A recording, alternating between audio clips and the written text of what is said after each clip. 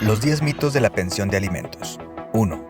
Se les llama deudores porque deben dinero. Incorrecto. Cuando una pareja que tiene hijos se separa o divorcia, la ley dice que la custodia va en automático para la madre, por lo que el varón automáticamente se convierte en el padre no custodio, y el no custodio automáticamente se convierte en el deudor de alimentos, aunque siempre haya contribuido a la manutención de sus hijos, y aunque aún lo haga al pie de la letra se le llama el padre que debe, es un término legal. Malamente los grupos feministas y misándricos usan este término de manera peyorativa para insinuar, suponer o asegurar que un padre no aporta con su responsabilidad, aunque sea un padre que de hecho lo haga debidamente. 2. Los deudores siempre son hombres. Falso. Si bien es cierto que la mayoría de las custodias de los hijos de padres separados las tienen las mujeres, hay casos donde los hombres han obtenido la custodia posteriormente porque la madre ha hecho mal uso de su responsabilidad de custodia por una alienación parental comprobada o por impedir las convivencias judicializadas. En ese caso, la mujer se convierte en la persona no custodia y ahora es la deudora de alimentos. En estos casos, en su mayoría, el varón opta por no exigirle a la otra parte a cumplir con la responsabilidad de aportar de alimentos, o bien la madre opta por no hacerlo,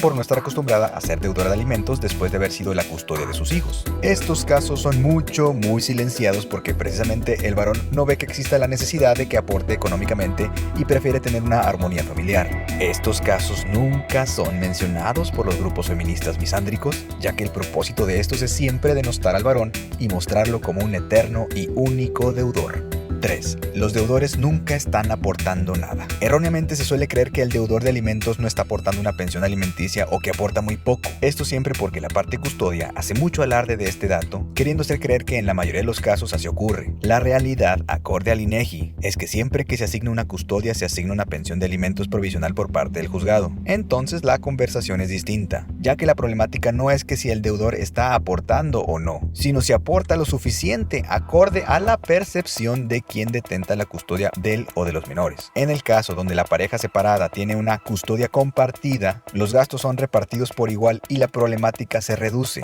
Esta es una de las principales razones por las cuales los grupos feministas hegemónicos o de supremacía están en contra de la custodia compartida, porque eso significaría que los gastos y la crianza se reparten entre dos personas y se tiene menos poder o control sobre la otra persona para poder exigir más de lo necesario. 4. No ven a sus hijos porque no pagan pensión. No hay nada más alejado de la realidad que creer que los menores que son obstruidos de convivir con el padre no custodio es porque no paga la pensión. De entrada porque es violatorio de los derechos del menor condicionar el derecho a la convivencia con el derecho a los alimentos. Es decir, es violatorio querer reclamar un derecho del menor mediante la obstrucción de otro derecho. Aparte, para que un padre de familia demande la convivencia de sus hijos, tiene que forzosamente estar cumpliendo en el juzgado con su parte de la pensión de alimentos. De otra manera podría perder inclusive la patria potestad. Y con esta información se tumba completamente el argumento de que los padres o madres que están sometidos a una convivencia precaria en un centro de convivencia es porque no aportan una pensión de alimentos, ya que es incongruente ante los procesos judiciales. 5.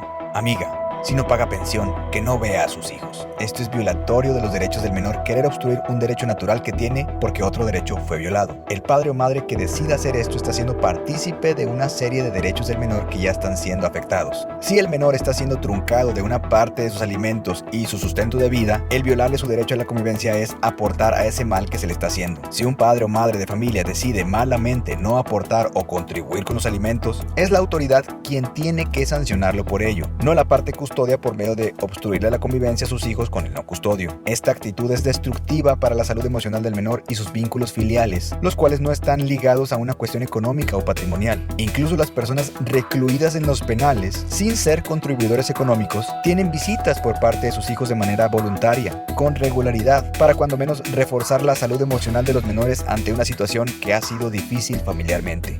6. La pensión la debe de dar 100% el hombre. No hay frase más falsa y errónea que esta. De entrada, la pensión de alimentos se asigna siempre que la custodia es exclusiva, custodia única o unilateral, lo cual, en los tiempos modernos donde ambos padres laboran, no es la ideal. De cualquier manera, cuando en su mayoría, por esta ley retrógrada que dice que se tiene de manera automática una custodia exclusiva para la madre, se entiende que el deudor de alimentos es el no custodio. Y aunque erróneamente se piensa que le corresponde el 100% 100% de los gastos del menor, lo cierto es que la parte custodia, en teoría, al estar brindando el techo, los cuidados, transporte y la atención del menor durante la mayoría del tiempo, de esa manera está contribuyendo con el 50% de su labor. Por eso el otro 50% el no custodio la cumple con el pago que se le asigna, pero son ambos los que tienen que estar aportando a su modo en la vida del menor. Por eso, la custodia y la crianza compartida está comprobado que es más benéfico para la salud emocional de los menores, aparte de que evita conflictos económicos entre la pareja de padres separados. 7.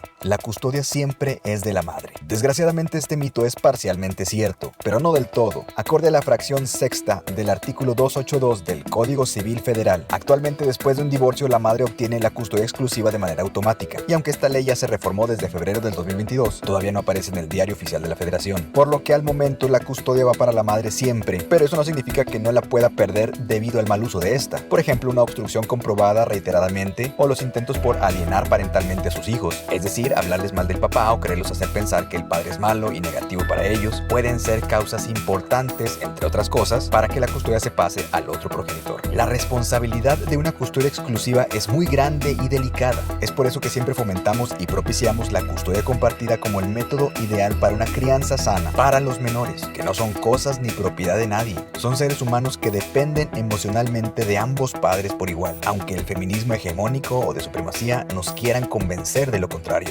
8. Siempre hay que demandar la pensión. Por frases tan carentes de sentido común y humanismo como estas, es por lo que los juzgados están tan abarrotados de casos sin tener el personal, el tiempo ni el método ideal para poder cumplir con el principio de una justicia pronta y expedita. Se dice que toda aquella pareja que tenga que acudir con un tercero, es decir, las instancias gubernamentales, para resolver un conflicto, denota una falta de madurez. Es decir, la propia autoridad hace una crítica y un llamado a la sociedad a no judicializar todos los conflictos. El Poder Judicial ofrece cursos de mediación frecuentes, aparte de abrir los métodos alternos para la resolución de conflictos, para no estar esperando que todas las situaciones se resuelvan mediante un juicio que no aporta ni beneficia a los procesos. El mito de que todos los conflictos se deben de demandar para que un juez los solucione habla de la incapacidad como sociedad, como personas, para mediar, convenir y llegar a acuerdos maduros. Desgraciadamente en 2022 los divorcios incausados son más del 66%, en parte por la propaganda feminista a resolver todo por medio de la demanda en vez de convenios. Quienes incitan a la demanda y no a un trato personal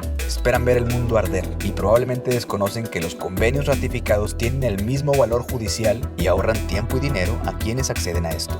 9. El feminismo ayuda a demandar la pensión. Negativo. Los diversos grupos de feminismo hegemónico o de supremacía hacen creer que están ayudando a la sociedad en un falso despertar al decirle a toda pareja de divorciados que demanden la pensión. Lo que no les explican es que ningún juez les dará de una manera rápida y menos costosa en abogados lo que pueden obtener en un convenio debidamente ratificado. Estos portales o páginas feministas que sin duda se popularizan muy rápido son administradas por lo normal por una sola persona. Una mujer feminista hegemónica detrás de cada una de ellas que proyecta la frustración de su caso, alienta a otras por medio del resentimiento pero nunca dan la cara, usan pañuelos, son personas detrás de un teclado que por medio de frases llenas de odio, ironía, sarcasmo y modismos quieren aparentar una adolescencia tardía para poder empatizar o tener esa sororidad con feministas progresistas más jóvenes cuya mente puede ser moldeada con facilidad. En estos portales o páginas encontrarás la burla, el rencor y la maldad con sátira, pero jamás información seria, científica o de orden familiar con amor. Por otro lado y al contrario, en los grupos familiares podrás ver testimonios reales, hombres, mujeres, niños, abuelas, primos, todos sin esconder su rostro,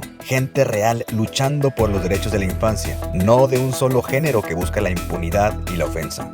10. Quien demanda pensión le va mejor. Error. Estadísticamente, a las parejas separadas o divorciadas con hijos que deciden hacer un convenio pactado y ratificado es a quienes mejor les va, ya que pueden acordar todo de manera consensuada. La demanda tendría que ser el último de los recursos, la última instancia. Cierto es que es difícil cuando la separación es reciente, y sentarse con el mejor de los ánimos a hacer un acuerdo no es lo más sencillo, puesto que los problemas seguramente son recientes.